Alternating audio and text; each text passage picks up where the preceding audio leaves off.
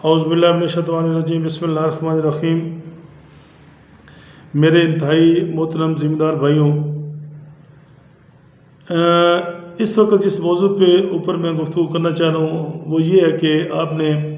جولائی اور اگست میں آپ نے کس طرح آپ نے جو گنے کی فصل ہے اس کے اوپر آپ نے توجہ دینی ہے اور اس سے اپنی بھرپور پیداوار لینی ہے۔ اس سے پہلے میں پانی کے حوالے سے بات کر لوں کہ جن ایریز میں بارشیں نہیں ہو رہی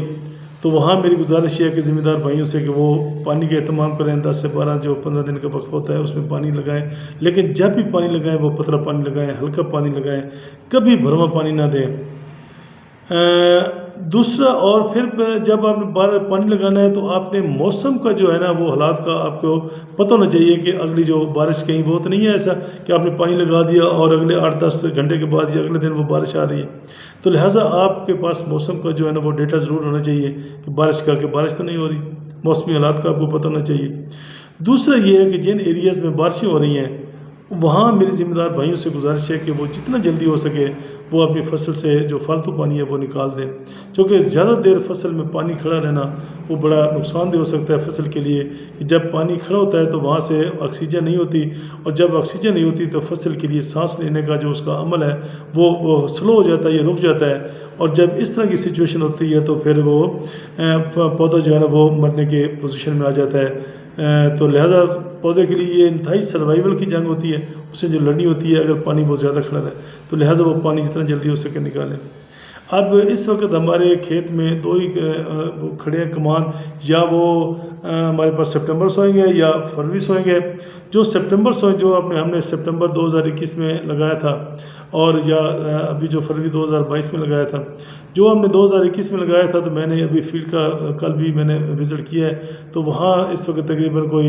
10 سے لے کے 12 بلکہ 9 12 13 ٹوٹیاں بن چکی ہیں، اور جو آپ کا جو فروری سوئیں گے وہاں بھی تقریباً کو 7 سے 8 ٹوٹیاں بن چکی ہیں۔ تو لہٰذا یہ جو ٹائم ہے بڑا کرٹیکل ٹائم ہے، اس میں آپ جتنا چاہیں آپ وزن بڑھا سکتے ہیں، اور اس کے لیے میری گزارش یہ ہے ذمہ دار بھائیوں کی کہ صرف اور صرف آپ پوٹاش کا استعمال کریں۔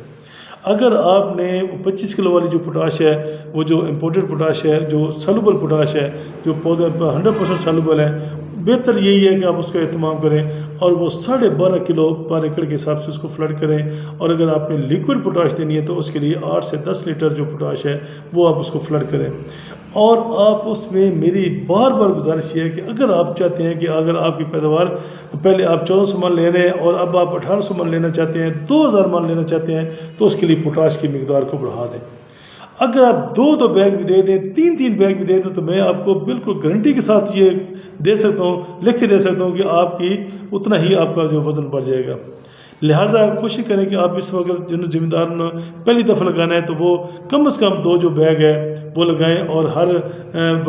جب آپ نے پانی لگانا ہے 15-20 دن کے بعد آپ پانی کے ساتھ اس کو آپ فلڈ کروا دیں، اور ہر پانی کی جب فلڈ کروانی تو 12.5 کلو آپ فی ایکڑ کے حساب سے وہ دے دیں۔ اسی طریقے سے آپ جو پوٹاش اگر آپ نے لیکوڈ لگانی ہے تو لیکوڈ اگر آپ وہ ارینجمنٹ نہیں ہے تو اس کے لیے آپ اگر لیکوڈ ہے تو وہ تقریباً 8 سے 10 لیٹر فی ایکڑ کے حساب سے پوٹاش دیں۔ جتنی آپ پوٹاش ان مہینوں میں دے لیں گے، یعنی جولائی اگست سے لے کے اکتوبر نومبر تک دے لیں گے، تو اتنا ہی آپ کا وزن بڑھ جائے گا۔ اس پہ یہ کتنا جادو ہے، آپ اس میں ذرا تھوڑا سا اس پہ عمل کریں۔ میں نے دیکھا کہ میں نے لاسٹ ٹائم